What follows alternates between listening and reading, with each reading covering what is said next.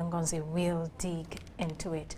President Yoweri Museveni has sent a condolence message to the family of the late blogger Ibrahim Tusubira, alias Isma Olaxes Jajaichuli, who was gunned down by unknown assailants over the weekend. Olaxes, who was laid to rest last Sunday at his ancestral home in Kokonjero, Mukono district. That's Mukono district, was shot dead on Saturday night while heading to his home in headed to his home in Chanja Central Zone, Kampala suburb. He was traveling in his Toyota Hiace car, famously known as the Drone. President Museveni's condolence message was delivered by State House Controller Jen Bareche.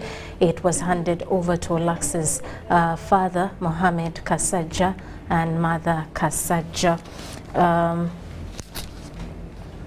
That's at their home in Zana along Entebbe Road.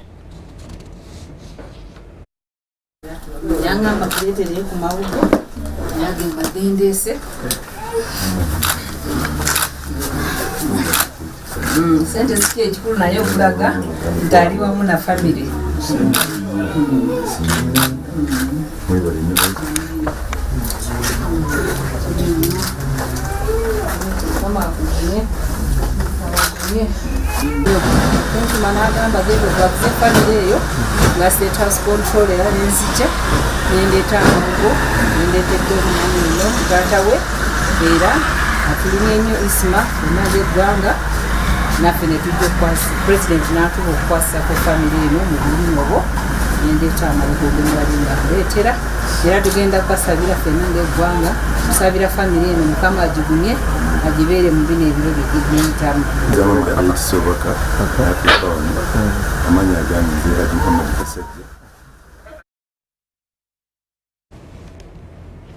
Meanwhile, the Speaker of Parliament, Anita Among, has appealed to government to address the recent increase in the use of gun violence. This follows the recent shooting to death of State Minister for Labour, Colonel Charles Ngola, and social media guru Ibrahim Tusubira, also known as Ismail Olaxes. This concern was raised during a special sitting of Parliament to honour the fallen legislator and minister, and Minister Colonel Charles Ngola.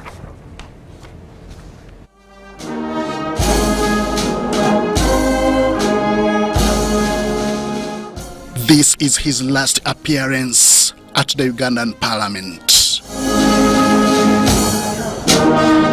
While here, retired Colonel Charles Ngola served as both legislator and Minister of State for Labour, Employment and Industrial Relations. His remains have been received by the Speaker of Parliament for Parliament to pay tribute.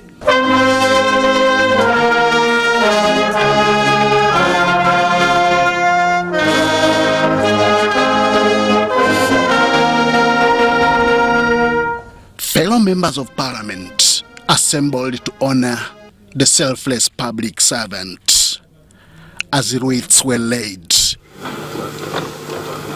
the selflessness in him came to the light. He developed interest to contest for elective position, but because of his, he did not want to accept. It was his brother, Honorable Sam Ngola, who is seated there, who had to come to negotiate for his promotion and retirement from the army for him to contest as LC5 chairman, Apache district. And when he contested, he won with 93%. Ngola served Uganda People's Defense Forces up to the rank of colonel before retirement. His role in restoring peace from the Joseph Kony-led LRA rebels is remembered to date. A brave soldier who joined the military in 1979, according to the army records, at the age of 21, and rose through the ranks from private to full colonel at the time of his retirement in 2005, after 26 years of distinguished service to his motherland. And when we toured Oyam for closing the IDP camps, the Honorable Professor Tarsis Kabwejere, recognized then commandant of 501 command post for the job well done, and that was Honorable Kelly Ngola, whom we worked with Professor to close the IDP camps. These eulogies were a culmination of the Speaker's communication. In it was a concern on the increase in the use of gun violence. We may differ in terms of religion, politics, and whichever, but I don't think that is the best thing to do. No one has a right to take one's life under any circumstance. It's God that creates and God takes. There is only an ultimate end, that there's time to be born and time to die. We shouldn't be killed with a gun. And I think we really need to call all Ugandans that let's live, much as we may disagree, let's live in harmony. This communication was followed by a motion for Parliament to pay respect to Colonel Charles Ngola. It was moved by the Prime Minister, seconded by the Leader of Opposition and the Dean of Independence. Charles Ngola answered the highest call of serving his country as a professional soldier. He was a war hero and played a fundamental role in the pacification of the northern part of this country. It is sad that retired Colonel Charles Ngola has passed on at a critical time when we are yet to conclusively deal with the regulation of labor externalization that was so close to his heart. Macho Dogo would not be in a casket right now, but because the man who pulled the trigger against him did not live for making the world a better place to be, we are here today in this situation. They all pointed towards the rareness of the deceased, with a call on Ugandans to be civil in their eulogies. Our role is state building. State building is not a partisan task. It demands the joining of hands. It demands that we talk to each other and listen to each other. This country is hurting, Madam Speaker. We need to repent to those we have wronged and to forgive those who have wronged us. Only true reconciliation can secure our collective future. We are all in the same boat as Ugandans. You may think you have a plan B, but there is no country B. Madam Speaker, there is no safe house, there is no safe room in a burning house. Let's keep Uganda safe from any fire. Thank you.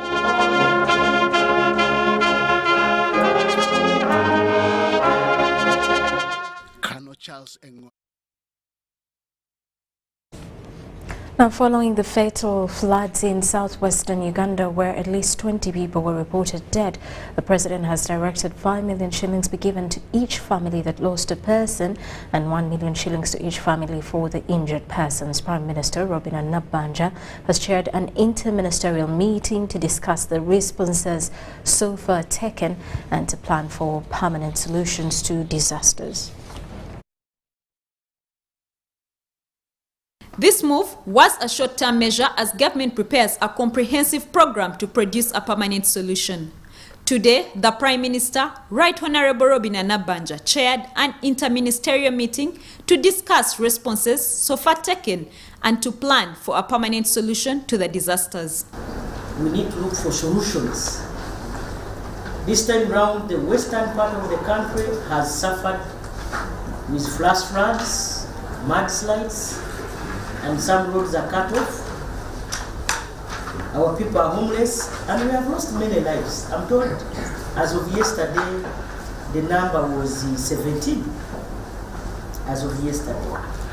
So we lost 10 in Kisoro, 3 in Lukunjiri, I'm told 1 from Kasese, and the other areas. On 2nd and 3rd May 2023, Kisoro district experienced above normal rains that caused heavy flooding and landslides. The floods left crops, livestock, houses, and other infrastructures, such as roads, destroyed. Immediate, we need to give relief. The Office of the Prime Minister has already dispatched a number of vehicles that have gone to the western part of the country. The Army has also provided us with vehicles to beef with ours, because we have 4 trucks. The Army is helping us with 10 trucks so that we can deliver relief. Line ministries such as Works, Water and Health briefed the meeting on how far they have responded to the recent disasters. We are now in the emergency phase. So the purpose of my going to Kigesi was to make sure that the roads that were cut off are motorable. An ambulance can pass, the Minister of Water can pass with the water bowser, we can pass with the relief. And I'm happy to report to you, honorable colleagues here, that some work has started. The obstacles that were there have to a great extent been removed. We can now move, our trailers can move from Mombasa to Chanika, can move from Mombasa to Bodanganda. Colleagues, I think this is now the moment of truth, that we need to handle the issue of environment to have a solution to all these problems. Your roads will not be swept always around. On the medicines for malaria and other communicable diseases, NMS is right now distributing, and yesterday I actually saw messages of distribution. The Office of the Prime Minister, working closely with the Kisoro District Disaster Management Committees, completed a rapid response report to establish the magnitude of the disaster and arranged delivery of relief aid to the affected communities. The most disturbing districts in the Rwenzori Kigezi are Bundibujo, Kasese, and Kisoro. And the challenge we're having is like government tries to intervene. Like Kisoro right now, I was talking to my sister yesterday, if we plan today that we are relocating people, where are we locating them within Kisoro? That's where the problem is, because all the land is fragmented. We need Ministry of Works to do continuous maintenance of our roads, fill the potholes that have come up so that our people can move. Then open up roads that are blocked. The ministries are going, the district, the Ministry of Finance is going to support us with some little money to make sure that the districts at least get 100 million each, especially those districts which have been affected in Kigezi and Rwenzori. A group compromising of ministers has been established to carry out oversight monitoring. The oversight monitoring will be carried out in the districts of Kisoro, Rubanda, Ruchiga, Kasese, Kanungu, Ntoroko, Mbale, and Rukunjiri. Doreen Nasasra reporting for UBC News. Meanwhile, Ministry of Water and Environment will look at the catchment-based approach like construction of terraces to reduce the challenge of flooding in Rwenzori region as a result of River Simileki bursting its banks. Now, protecting river banks has not proved sufficient on its own. The Commissioner of Water, Resources Planning and Regulation, Dr. Kalist Tindimgaya, says government developed flood management strategy of having institutions come together, an integrated water resource management plan and a catchment plan for rivers in Rwenzori region. A week back, River Semleki in Rwenzori region exploded, bursting its banks. This culminated into running of huge volumes of water, flooding human settlements along the River Semleki basin. The disaster left scores homeless, breaking down road networks, destroying crops, affecting the nomadic lifestyle of pastoralists, and submerging education infrastructure.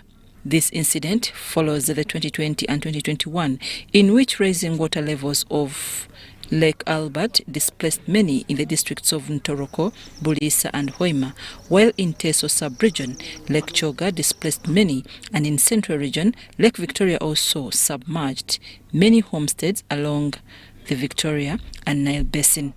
However, in the Semliki Valley of Ntoroko, stretching down to Bondibujo, an estimated number of 600 people and 10 villages were affected by this disaster. This persistent problem is being attributed to the effect of climate change, rivers clogged with silt, and environmental degradation. So that comes from up the hills. Many of the hills are bare. Many of those areas which are contributing water have been deforested. Agricultural practices have made the land bare. So when the water comes, it is coming at a very, very, very high speed. And it is coming with a lot of silt in some areas, with a lot of rocks. And because they are coming the water is coming at a very high speed and with a lot of material in there, then the power to destroy is even higher. So the Ministry of Water and Environment believes in a collective action to implement the floods management strategy that will address environmental disasters. Being an organization, a ministry like the Ministry of Water and Environment, if it is tree planting, let's plant trees so that we improve the tree cover. If it is Ministry of Agriculture and we are talking about good agricultural practices, then the Ministry of Agriculture should support the farmers and the communities to practice good farming practices, soil and water conservation so that we reduce the speed of water. If it is Ministry of Works, they should design bridges and culverts in such a way that they are big enough to allow the water to flood plains, and we are also protecting these flood plains. We are demarcating them, and in some areas we have been planting bamboo to mark and also put their pillars so that people can know the area they shouldn't settle in. But in many areas we find that people have arrogantly refused to get out of the flood plain. Flood plains will always flood. Government has supported communities living around Mount Rwenzori with activities that will help in addressing floods and landslide disasters. We are even getting the water and support them to irrigate outside the river banks. The problem that is going to be solved by one solution. We need a multiplicity of solutions, but it has to involve the people, the local people, it has to involve the local leaders and the various stakeholders. Otherwise, the situation is going to get worse. So in some areas also developing early warning systems that people can be warned so that they can go away.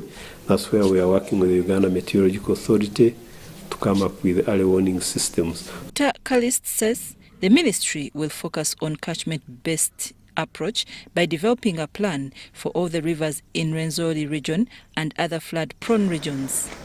River Nyamwamba will be case study in addressing flood disasters along the Semliki River. We are employing what we call a catchment-based approach. That look at where the water is coming from, look at where the water is going, and try to take action in different locations depending on what is needed. Maybe where the water is coming from, we can put there some small dams that store the water and release the water. We can plant the trees that they hold the soil. River Nyamwamba used to flood every year and kill people. We have now activities where we have been cleaning the river, removing materials in the river so the water can flow. We have protected the banks. Now, not using the live markers, the bamboo, but we have also protected them using gabions. In addition to putting there the live markers, the bamboo. The floods did not spare the project to restore the banks on River Semliki, which was started in 2018, where a Natural Resources Defense Initiative was contracted by Ministry of Water and Environment, Afka Farida and Stephen Kalisia. Now, Cabinet plans, the current rains in different parts of the country have affected transport in Kigezi sub-region, as close to 10 bridges connecting the districts of Kanungu, Kabale, Rukunjiri and Kisoro have been washed away. Let's take a look.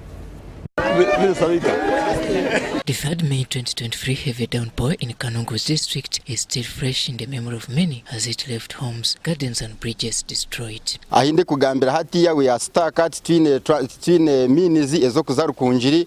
Minister witu ni jangu noza kutureza obuyambi noza kutureza za rushe kuko imotoka gije bitweyero rukuto gwitoro engoto zigenzire.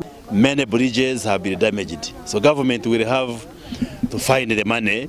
Even if it means suppressing some of the budgets, we shall suppress different votes and provide money to open up these roads. Minister of ICT and National Guidance Dr. Petroleum has visited and met local leaders of the affected areas. This road is a major artery that connects Kanungu and Rukunjiri. First of all, it's a shorter route connecting the two districts, and there is a lot of business and trade that goes on between these two communities. But even where we stand here, there are many residents on Kanungu side who have gardens across in Rujumbura and Rukunjiri and vice versa. And therefore there are lots of movements. So when this road is cut off, it greatly affects. Besides disruptions in movements, homesteads and gardens are no more.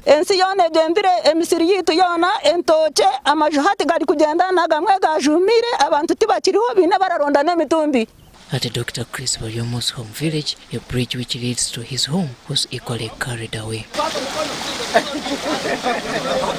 We shall call upon UNRWA to come and reopen it and also work on it to make it a first-class maram, but eventually it requires to be tarmacked. Rutenga sub-county in Kinkizi East constituency is the most affected. Kandi nanye ntasigaze no musiri na gumonda na chaye hinjira konkata mani gamkere abwo kureje musiri yanje yagendije abamo itaka kusenduka likatwana na muno muntu n'imbuzi 10 ngirije seri twine tuyashaka kwirishiribwa abantu bona bakaza mu businge ngeno turashaba ubuyambi omujyenja no mujyo kushoma kandi n'enkuto. In Muramba Sel, Mugisha Peter, a resident, lost life together with all his cattle. My dad was rearing his cows and goats in the place, and unfortunately before he took off the cows and goats, the landslides occurred, so he could not survive.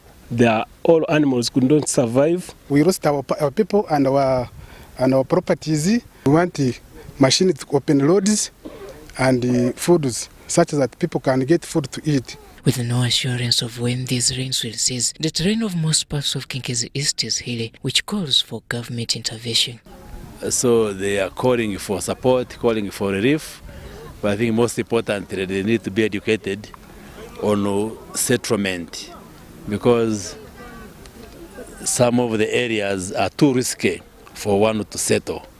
When you get such a heavy rains, then you are at a very high risk of being swept away, and it's very unfortunate that we are losing people here. Minister Dr. Chris Walyomo has so far committed close to 30 million shillings for shelter, food and medical supplies towards the most affected communities.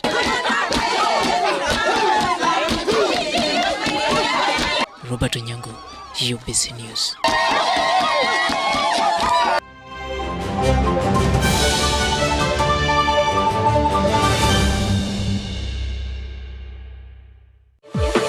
Talk with freedom. Get MTN Freedom voice bundles that don't expire. Dial *100 *21# or my MTN app for more bundles. Together, we're unstoppable. Every waking day is a reminder just how beautiful this, our land, truly is. The kind of beauty that you can only find here, in the lush green all around us and the wondrous sights within. It's in the distinct aroma of our cooking to the taste of food that takes you on a journey, in the sound of homecoming and the sound of Mother Earth. In the magnificence we find on our travels and the exciting moments we experience.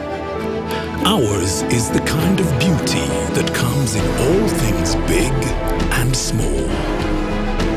All we have to do is awaken our senses and truly enjoy what's uniquely ours.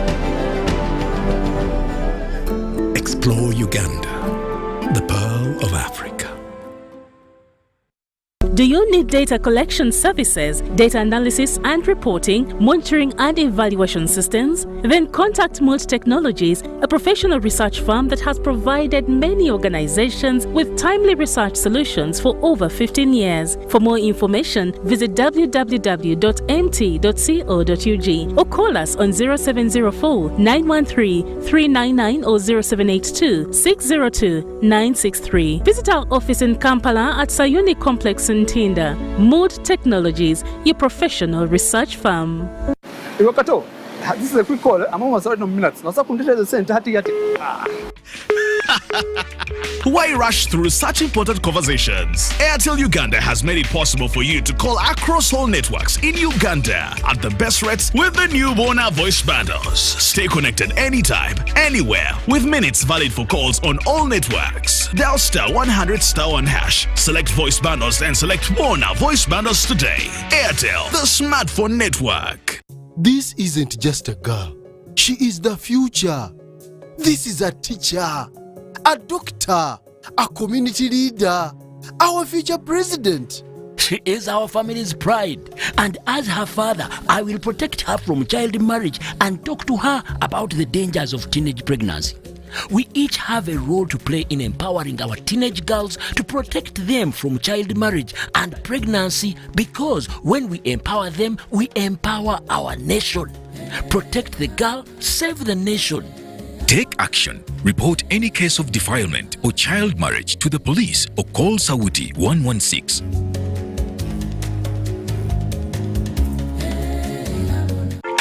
Are you tired of high fees and slow transfer time when sending money?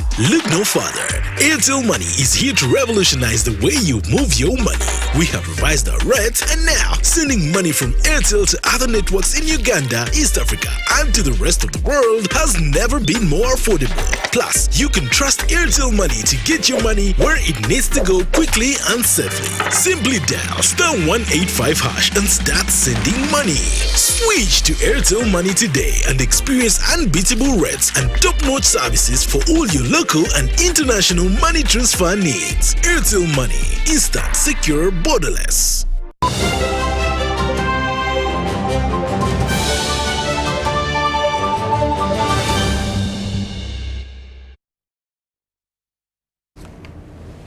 Welcome back. You're still watching News Tonight. 6 men have been convicted in a double murder and aggravated robbery that occurred at Juba City Hotel in Arua district in 2018. The High Court Judge Stephen Mubiru is convicting the 6 held the view that the convicts planned and fully participated in the double murder and aggravated robbery by using a gun to commit the offences.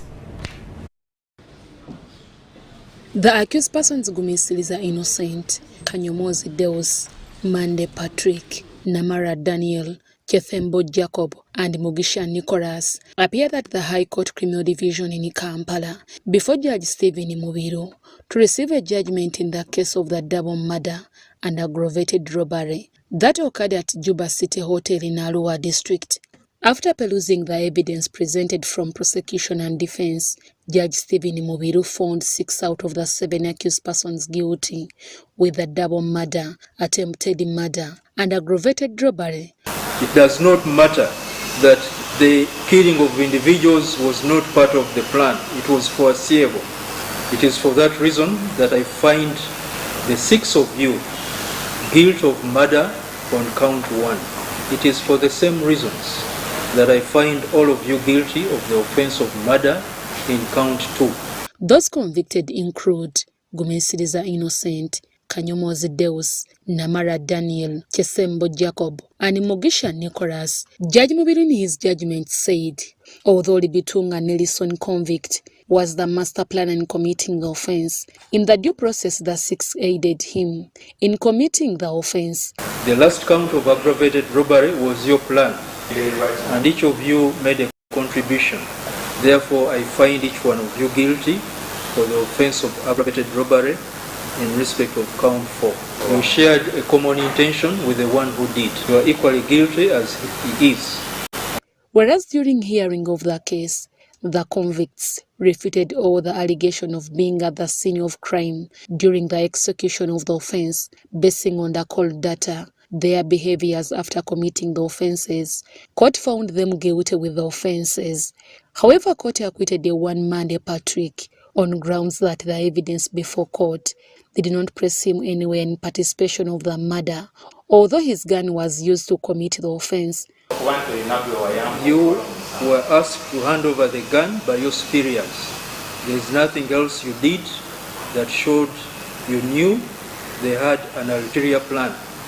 After conviction, prosecution led by Jacqueline Okwi asked court to give the convicts a deterrent sentence basing on their participation, among others, to compensate the victims, though the prayers were objected to by a defense lawyer. My lord, the convicts used a gun, which is a deadly or lethal weapon. The two deceased persons were Sudanese. They had come to Uganda to earn a living. As a result of their death, the families lost sources of sustenance. The convicts said this to say after conviction.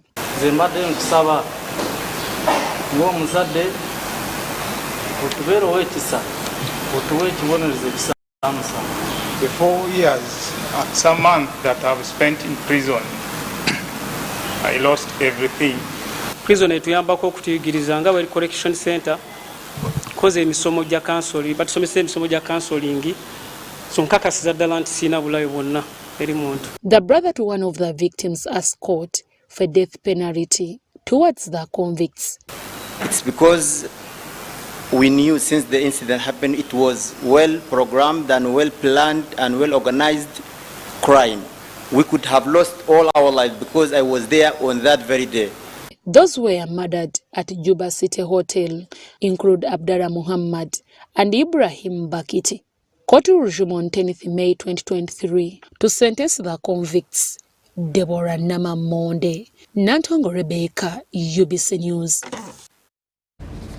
And the International War Crimes Division Court has issued criminal summons against sureties of Kasuja Shafiq, one of the suspects in the murder case of the former police spokesperson Andrew Felix Kawesi. Kasuja Shafiq disappeared and missed 6 court sittings. The 8 accused persons in the murder case of former police spokesperson AIGP Andrew Felix Kawesi and his driver Kenneth Wabeu include Chambade Joshua, Magezi Peter, Kasuja Shafiq, Burhan Balijusa, Nyanzi Yusuf, Mugera Yusuf, and Kalyango Jibril. The accused are now undergoing a pre-trial of the case at the International War Crimes Division Court in Kololo before Justice Ice Komhanji. However, one of the accused, Kasuja Shafiq, has since disappeared in court for now 6 sittings. In the feedback to court, prosecution led by Richard Bidivumbuka confirmed not to be in the know of the whereabouts of one Kasuja Shafiq. We attached a copy of the confirmation notice by the chairperson LC1. The chairperson LC1 confirmed in a statement in which she said that A8 had disappeared long ago with his family. In an affidavit to court by Detective AIP Chituma Bernard, prosecution told court that the accused Kasuja Shafiq united with the ADF in Congo and is therefore out of reach. That the said Kasuja Shafiq reunited with the Allied Democratic Forces in the Democratic Republic of Congo and is therefore out of reach. Prosecution asked court to issue a warrant of arrest against the accused Kasuja Shafiq and criminal summons against his sureties to ensure that he attends his trial, and yet there are other co-accused persons who are in custody. But there are also criminal summons that were issued on the 2nd of May 2023 in respect to his sureties. However, we prayed to court that they gave us an earlier date to either proceed with the pre-hearing conferencing and or the warrant of arrest, and court has granted us the 23rd of this same month of May so that we can proceed. Justice Ice Komhanji granted prosecution his prayers. Geoffrey Tuliamosima is the lawyer representing the accused. Of course, the sureties are at their homes. However, they informed police. At the same time, they, in the earlier stages, came and informed court. Now, there is no need for them to continuously come to court because they're not part and parcel of this court unless if they have been summoned and they have received summons. Court will resume on 25th of May 2023. Formation of the case. Rebecca Nantongo, Susan Nabugude, UBC News. Now, the RCC Nansana municipality Shafiq in Subuga has intervened in the land of the land wrangle has intervened in the land case of the Bakanyike family mosque where Safina Bulwanyi was evicted from her land. The RCC visited the family where they are building a new house for Safina with the children in Nansana West to Nansana municipality.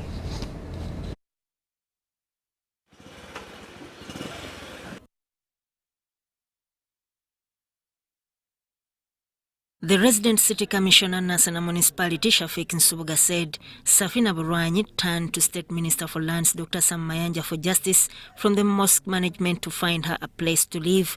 In the letter from the ministry, Dr. Mayanja instructed the RDC to intervene so that the family of Bakanyike builds a house for the wife to live in, ensure her children receive education, and to restore her property which was lost during the eviction. Regarding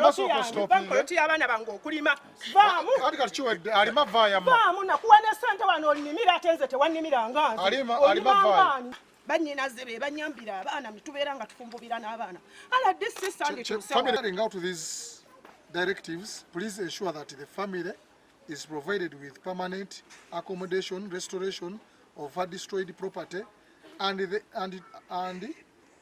adequate compensation for the suffering caused by the alleged actions and impunity. Worthy that Mr. Damba and those working under him destroyed the petitioner's property without any due legal process. Safina said her husband Siraje Bulwanyi, son of the late Abdallah Kanyike, who donated land for the mosque, disappeared 6 years ago and left her with 5 children in a house built next to the home.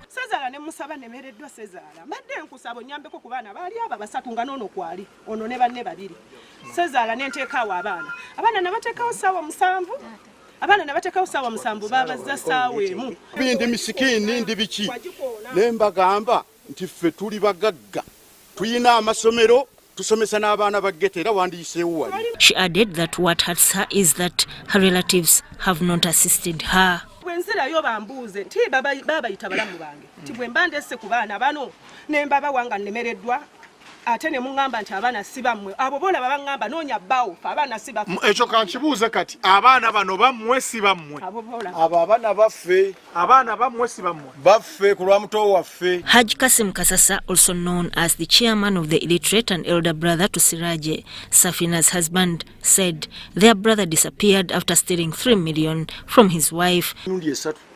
Yasooka n'abulira mu zooni y'e Kawaala bayitewo mu kiki mu Kibizi nga yatwekweka namule emyaka ng'ebiri oba esatu nenziramu ne mufuna ne muleeta n'addamu ne yeekweka n'agenda Arua ne tumufuna naye n'essaawa ya leero tukyalinda muganda waffe yabula alese abaana bana balinga 10. The Imam of the mosque under construction, Sheikh Muhammad Damba, said they are working with the Buganda Land Board to obtain a title deed for shareholders of the late Kanyike's land. Ekyobwannannyini kiikino nkibalaze ne ssente tumaze okuzigira ki okuzisasulayo ne subdivision nga bwe mukimanyi ekyapa kitwala process ne process tekinnabagiribwa naye nga weewano era yaleeta omuntu gwagamba nti akireimingawo. RCC Nsubuga urged the family to get along with the woman so as not to hate her children for their clan of origin. They later visited the mosque under construction where they reconciled. Whereby one woman was thrown out of her home, matrimonial home. In the due course of that, they came in my office, they reported, but actually I tried to mediate, whereby I seeked also the legal procedure in the office of the minister. I would love to thank His Excellency for giving us such a person who can really deliver up to the ground. The today's directives I got one to make sure that I reinstall back the woman in her home. I've done it. To make sure at least she gets back her property. We have done it. To make sure that she gets the right papers for her property. We have done it. The other problem which are still existing is the love between the family people on the side of the man and herself. President Museveni okubanga yatuteerawo offices ezituyamba.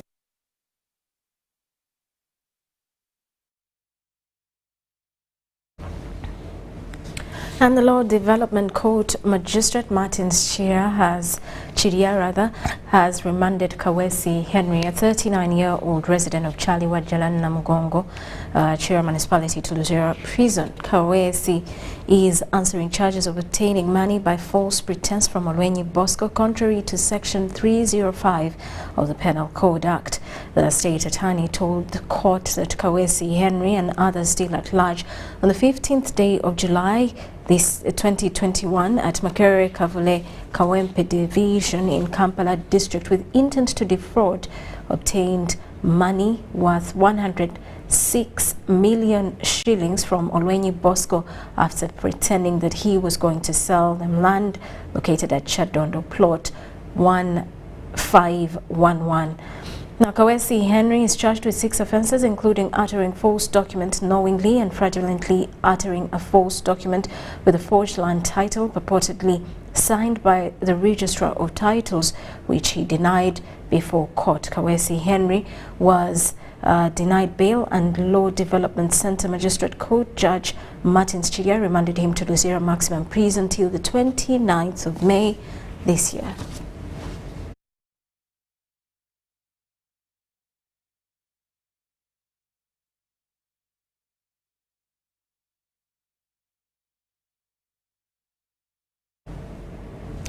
Now, as the planting season draws near, farmers in Kabong have expressed fears of missing the season due to absence of cultivating tractors amidst a high demand and urgent need for them.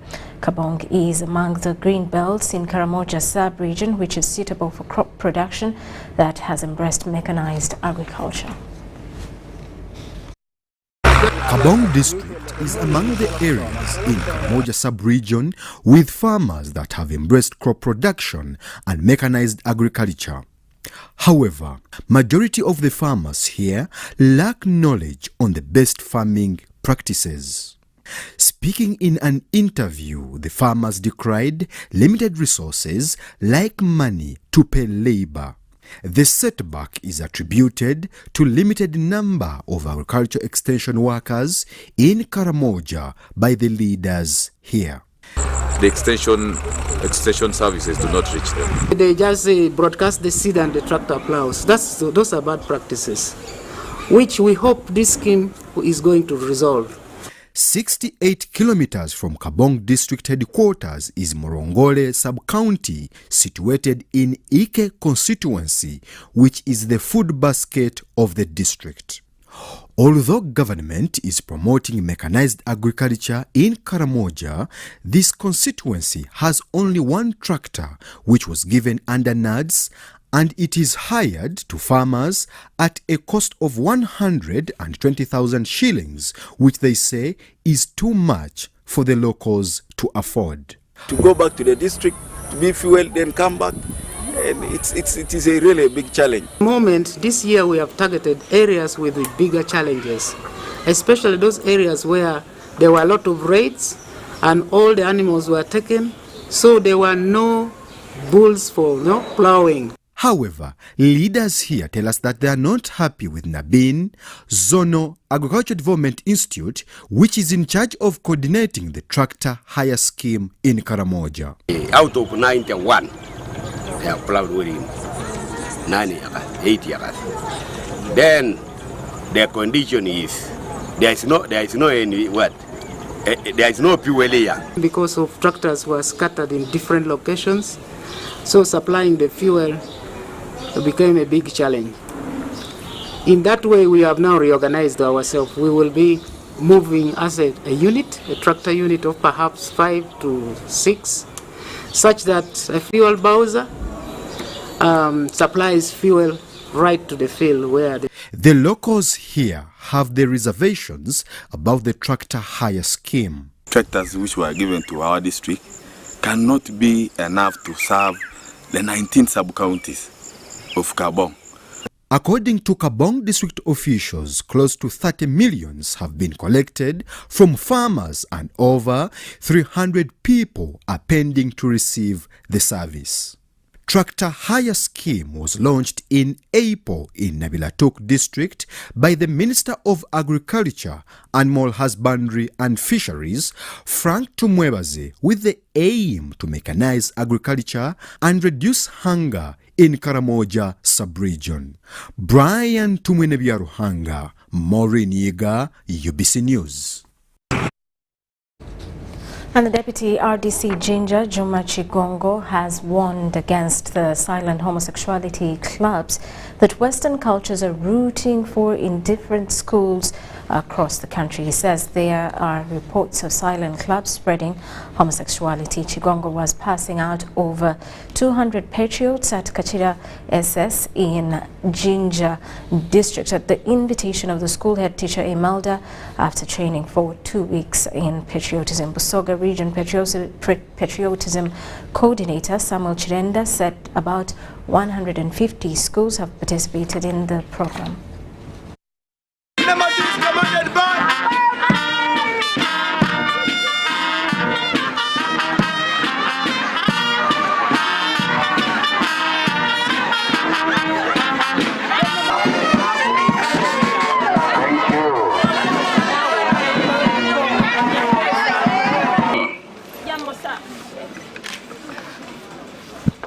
Thank you. There are some institutions where you hear that they are forming those clubs in a secret form, so that at the end of the day, when you come across about those actions and it is very late, by that time it becomes very late to protect that school and protect such a younger generation from such bad habits.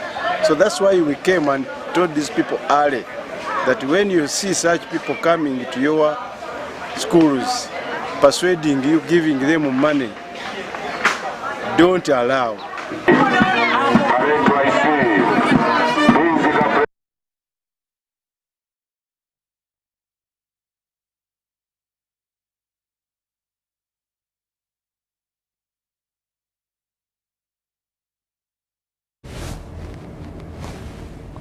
And with that, let's take a quick break. We'll return with business news.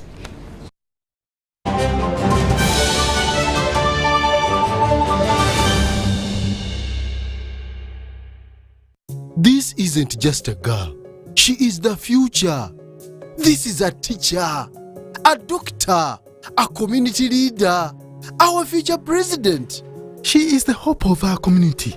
And as a community leader, I will talk to others about how we must protect her against child marriage and teenage pregnancy because it affects us all. We each have a role to play in empowering our teenage girls to protect them from pregnancy. Because when we empower them, we empower our nation. Protect the girl, save the nation. Take action. Report any case of defilement or child marriage to the police or call Sauti 116.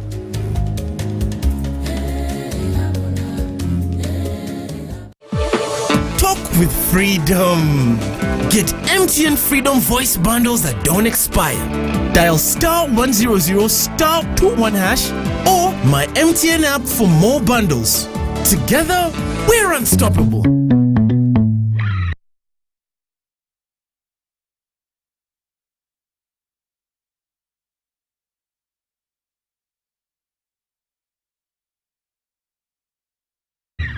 This isn't just a girl.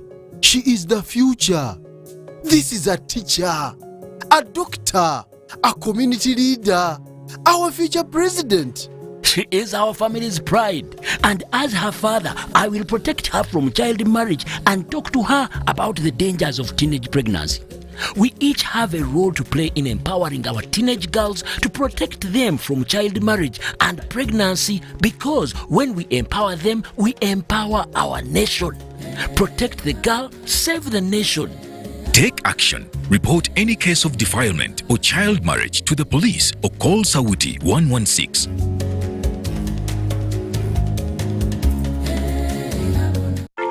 Are you tired of high fees and slow transfer time when sending money? Look no further. Airtel Money is here to revolutionize the way you move your money. We have revised our rates, and now sending money from Airtel to other networks in Uganda, East Africa, and to the rest of the world has never been more affordable. Plus, you can trust Airtel Money to get your money where it needs to go quickly and safely. Simply dial *185# and start sending money. Switch to Airtel Money today and experience unbeatable rates and top-notch services for all your local and international money transfer needs. Airtel Money, instant, secure, borderless.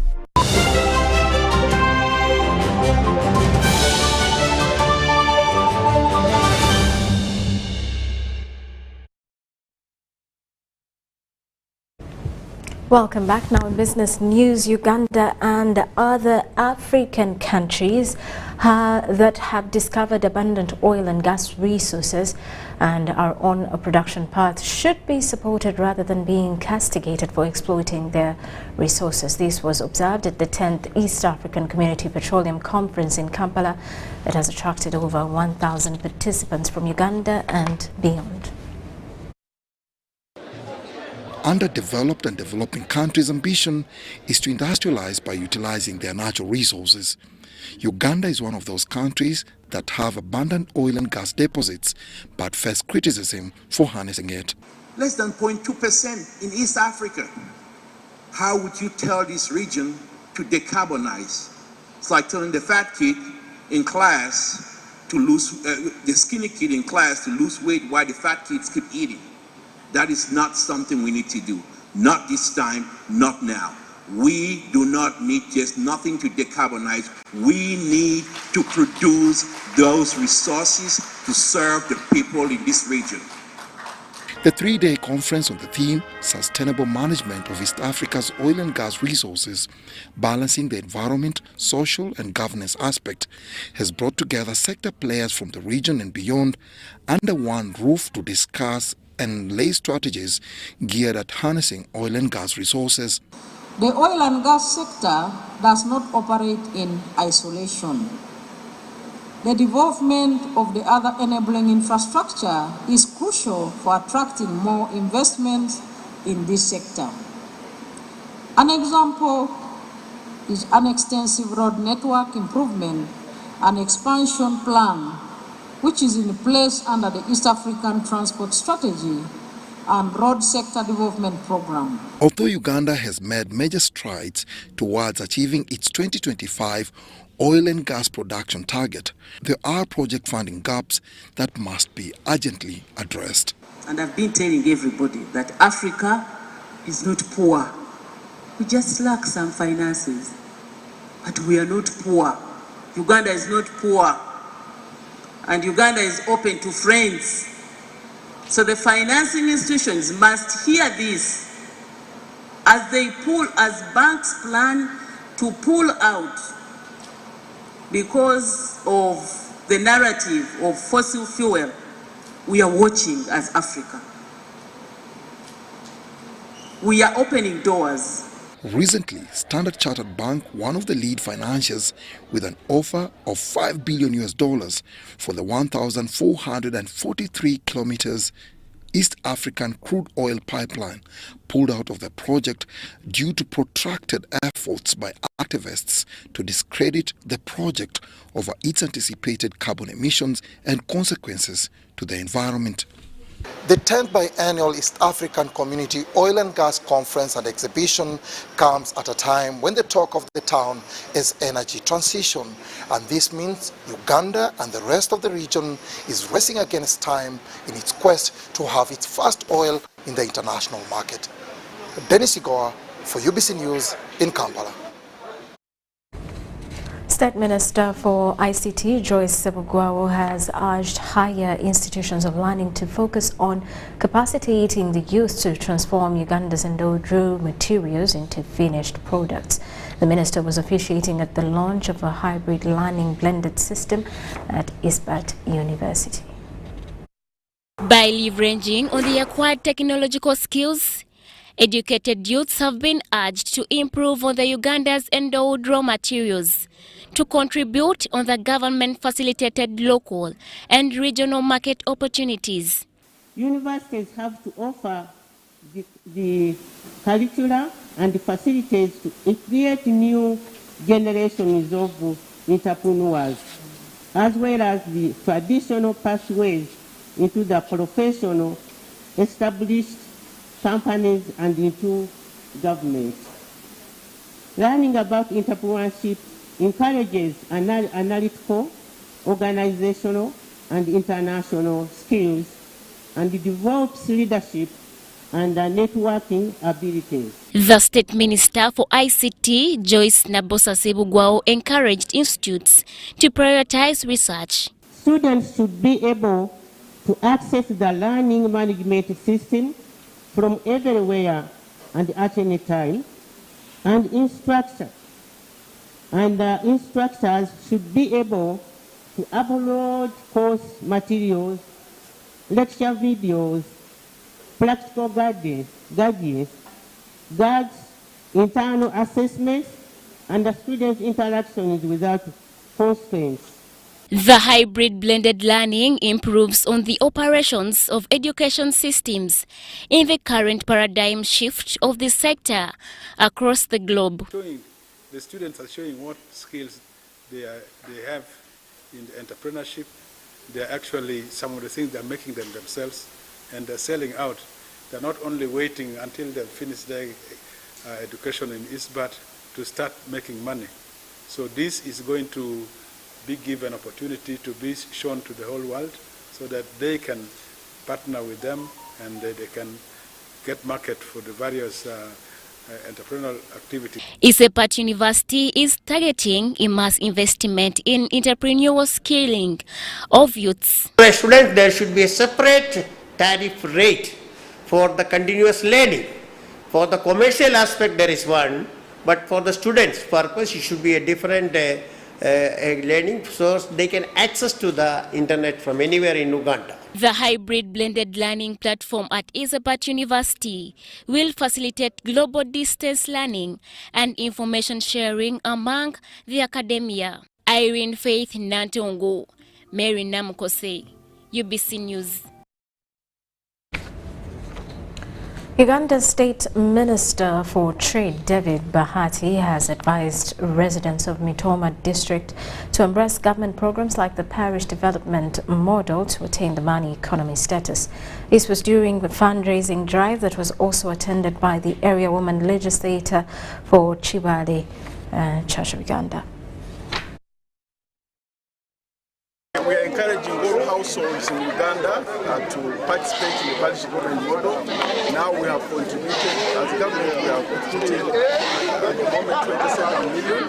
We want every member of the household to get involved in the parish development model so that we can lift those, especially in the services level. The 39% of the household services level are going to be lifted through parish development. Well, Minister talked about parish development model briefly, but the good news is that this area, the people are already almost in the same.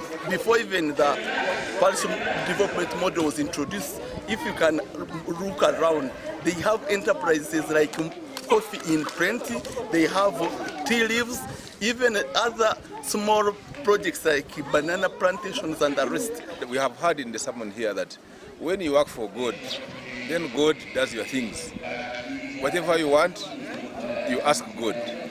And when you work for Him, He will work everything that you want, you will get from God. So we are here saying thank you, God, for all you have given to us. But there are also things we want to get going forward. So what do? We work for God, and then we can do everything that we need.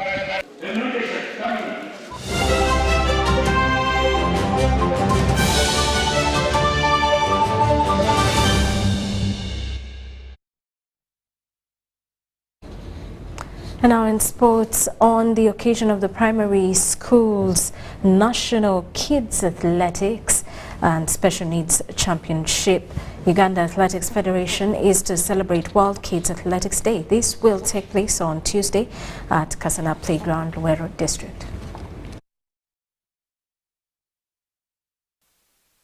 Annually, all World Athletics Federation members celebrate the Kids Athletics Day, which to the mother body is monumental and determinant of the future. Our new Kids Athletics program is designed to help children to be more active, develop their skills and confidence, and find fun and friendships. As the basis of all sport, athletics gives kids the physical skills that will enable them to move, play, and explore, and it's also a way to open up their world by giving them confidence in their physical abilities. Uganda is one of those countries that has embraced the idea of kids athletics and benefited immensely. This hasn't gone unnoticed, with Uganda Athletics Federation recently rewarded by World Athletics for this initiative, without which several Ugandan boys and girls would never have gotten global acclaim. Jukira fenga Uganda fe mwensi ntono nnyo abasinze okupromotinga kino ekintu kya Kids Athletics. Era gye tubaddeeyo juzi wane e Zambia, aba World Athletics batuwa award okubanga batuyozaayoza okubanga mu nsi za Africa ffe tusinze okubanga tu promotinga ekintu kya Kids Athletics. N'olwekyo buli mwaka tujja kuba nga tucelebratinga Kids Athletics, era ogw'omwaka guno tugenda tucelebratinga Luweero nga nnaku z'omwezi 10 ejja kubeera li Luweero nga program emu ne ya program y'abaana abato abagenda okutegeja primary. The World Kids Athletics Day that will attract more than 6,000 youngsters targets inspiring kids to play, move and explore. Our objective is simple. We want all our kids to get out there and get moving so they live happier and healthier lives. Kids Athletics Day!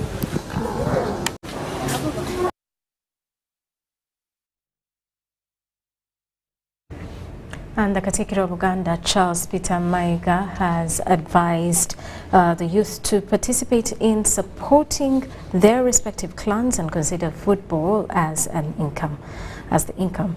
This was during the launch of Uganda Clan Tournament at Bulange Mengo. The tournament is to kick off on the 13th of May at Wankulukuku Stadium, and the Kabaka Ronald Mwenda Mutebi II will officiate the opening.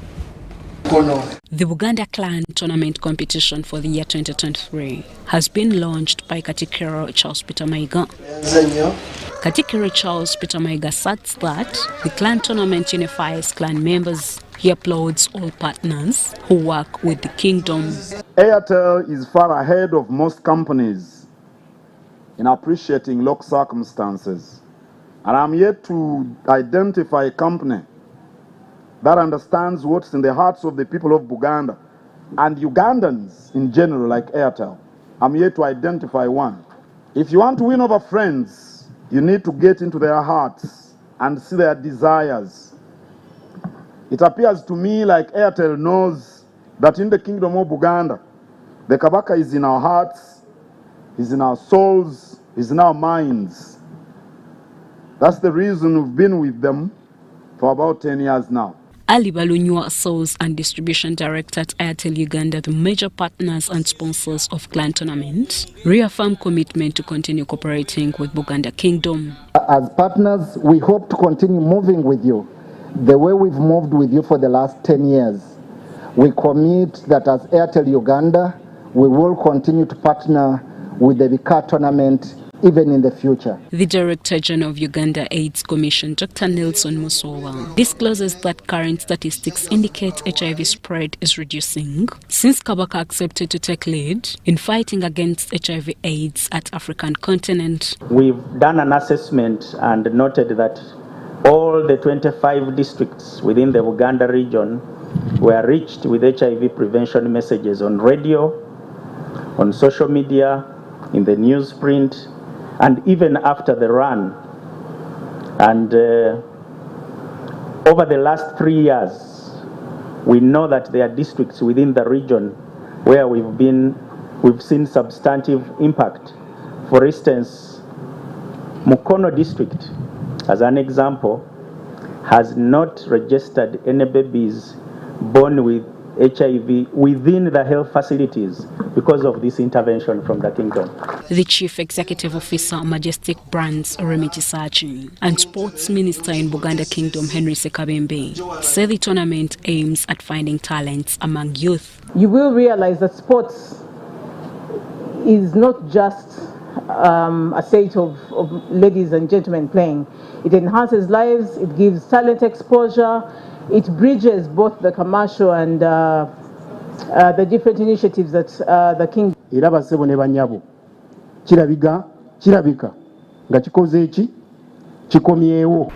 clan tournament for the year 2023 to be on the theme Men Against HIV/AIDS to Save the Girl Child.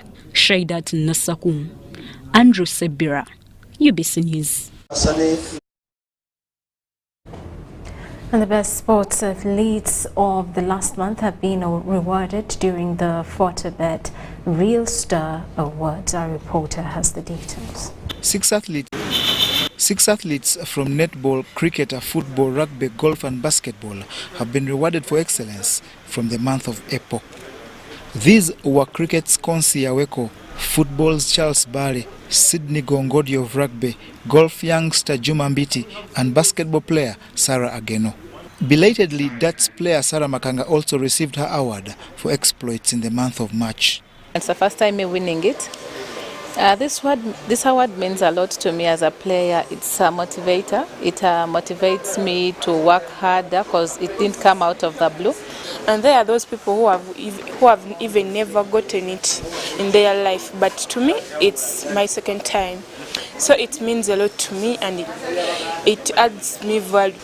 Chimpadde ekyokuyiga era ndi musanyufu nnyo okulaba nga mbadde kuba nomine omuntu gwange ogusose era nembeera wina. Winning this award is, for starters, it's a very great thing. I thank God for that.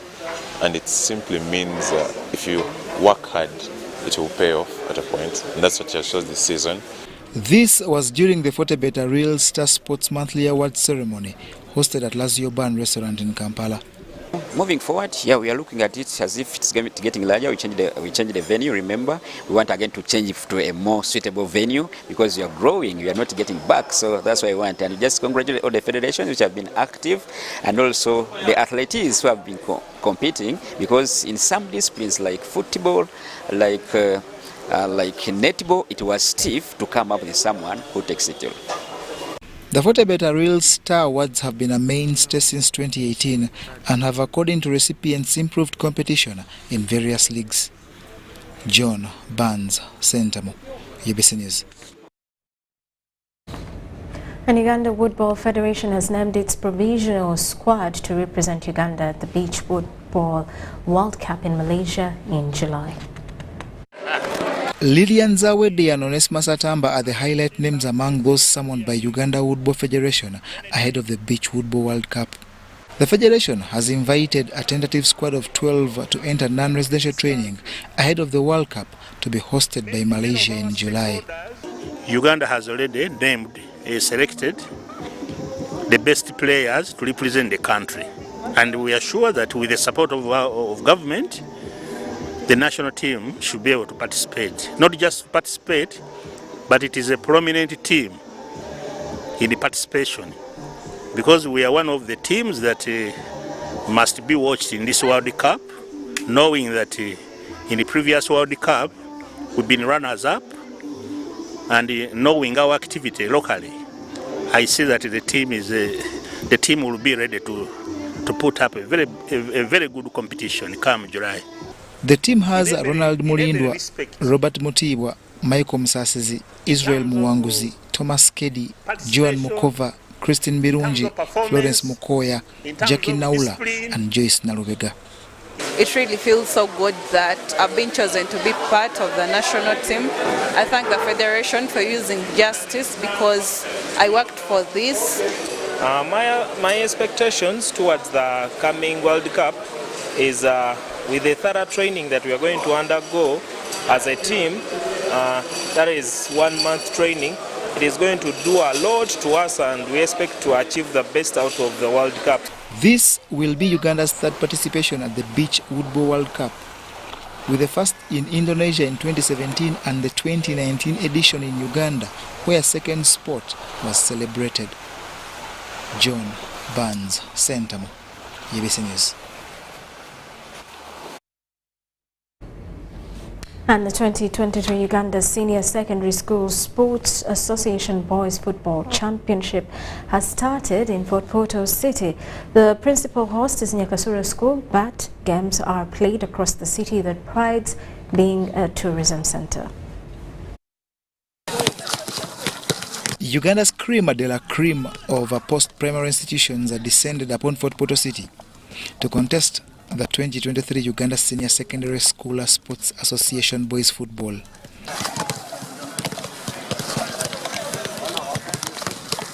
The action is underway at several venues across the city, including at principal host Nyakasura School. In some of the games played, Buddo Senior Secondary School walloped Mbale Progressive 4-0 with goals from Timothy Otim, Joseph Kiza, Andrew Otim and Andrew Eporu, enough for the 2009 winners. But this year our target is to win game by game and win up to the final, to win the title we last won in 2018. Last year we are a little bit disappointed on the way we lost in the semi-final, but this time we are focused and fully determined to give our fans happiness back at school. Masaka District Giants St. Henry's College Kitovu also started brightly with a 5-0 victory over Bishop Komboni College. We have prepared very well. Last year we managed to qualify from group stages and we are stopped on round 16 and 19, and in 2019 we managed to play the quarterfinals. This time we have organized very well. In some of the other games played, reigning champions as St. Mary's Boarding Senior Secondary School Kitende edged Toro Town College 4-0 and hosts Nyakasura were beaten 3-1 by London College Nansana. Let's get back. Well, that does it for news tonight. Thank you for sticking with us. I am Rhoda Ngonzi. Have yourselves a lovely night.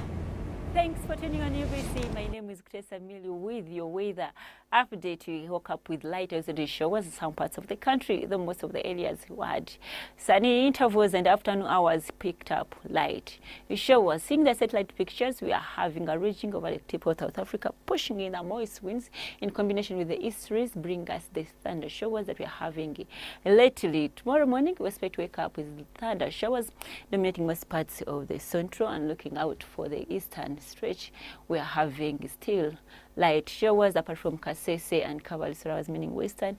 The eastern part of our country is going to have thunder showers, most dominating part of it, and the northern sector with light showers.